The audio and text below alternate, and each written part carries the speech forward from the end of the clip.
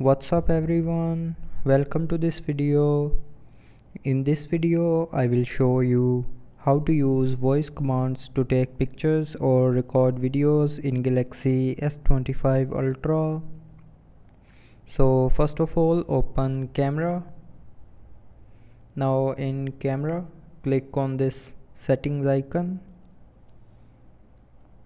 and then scroll down, and here click on shooting methods. Now in shooting methods, make sure to turn on this voice commands button. So after turning on this button, you can take pictures by saying smile, cheese or capture, or you can also say shoot to take picture. And to start recording, you can say record videos.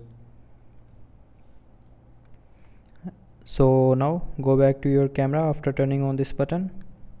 Now in photo mode, say capture.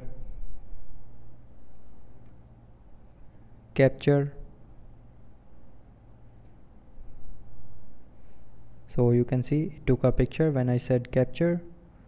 Now to test video recording, go to the video mode and say record video.